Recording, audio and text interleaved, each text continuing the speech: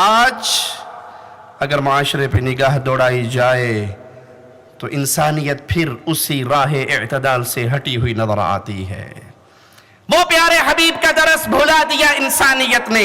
جس پیارے حبیب نے بچوں کو درس دیتے ہوئے، جوانوں کو درس دیتے ہوئے ماں باپ کی عزت کے بارے میں کہا تھا، یہ باپ تیرے لیے، یہ ماں باپ تیرے لیے یا تو جنت کا دروازہ ہے یا جہنم کا دروازہ ہے۔ جہاد پہ جانے والا آیا تھا، آپ نے کہا تھا کس حال میں آئے ہو؟ کہا بابا بھی رو رہا ہے، ماں بھی رو رہی ہے۔ کہا ان کے قدموں میں رہ کے ان کی خدمت کر، اللہ تجھے اتنا ہی اجر عطا فرما دے گا۔ انسانیت بھلا گئی پیارے حبیب علیہ السلام کے ان پیارے دروس کو، اور راہ اعتدال سے ہٹتی ہوئی پھر نہ خالق کو یاد رکھا نہ مالک کو یاد رکھا، گمراہیوں میں ڈوب گئے، افراط و تفریط کے شکار ہو گئے۔ وہ پیارے حبیب جس نے اللہ کا خالص تعارف کروایا تھا، وہ پیارے حبیب جس نے انسانوں کو انسانیت کے قدموں سے اٹھا کر انسانیت کے رب کے سامنے جھکایا تھا، آج انسانیت پھر اپنے اللہ کو بھلا بیٹھی، وہ خالق و مالک کے تعارف کو بھلا بیٹھی، وہ بھول گئی وہ اللہ لا الہ الا ہو،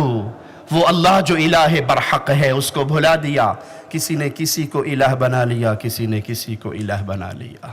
کوئی پھر قبروں پہ آ کے سجدہ ریز ہو گیا، کوئی اپنے ہاتھوں سے مرنے کے بعد، اپنے ہاتھوں سے غسل دینے کے بعد، کفن دینے کے بعد، کندھوں پہ اٹھانے کے بعد، قبرستان میں لانے کے بعد، منو مٹی کے نیچے دبانے کے بعد، اور اس جگہ سے پیچھے ہٹ کے 2 قدم کھڑے ہونے کے بعد پھر یہ عقیدہ رکھتا ہے کہ یہاں تک تو یہ مجبور تھا، غسل نہیں کر سکتا تھا، استنجا نہیں کر سکتا تھا، کفن نہیں پہن سکتا تھا، چل کے قبرستان نہیں جا سکتا تھا، لیکن معرفت کی آنکھ سے اگر دیکھو یہ اتنا مجبور، جو ہی قبر کے اندر گیا اب اس کی ساری قوتیں بحال ہو کے 4 گنا ہو گئی ہیں۔ یہ بیٹا بھی دے سکتا ہے، اولاد بھی دے سکتا ہے، رزق بھی دے سکتا ہے، شفا بھی دے سکتا ہے، یہ سنتا بھی ہے، دیکھتا بھی ہے، جہاں چاہتا ہے آتا بھی ہے، جاتا بھی ہے، ساری قوتیں اس کے پاس ہے۔ اس لیے آؤ اور اس کے در پہ کھڑے ہو کے آواز لگاؤ، بابا جی اب تک تیرے ساتھ ہم نے بھلی کی ہے، اب تو ہمارے ساتھ بھلی کرنا۔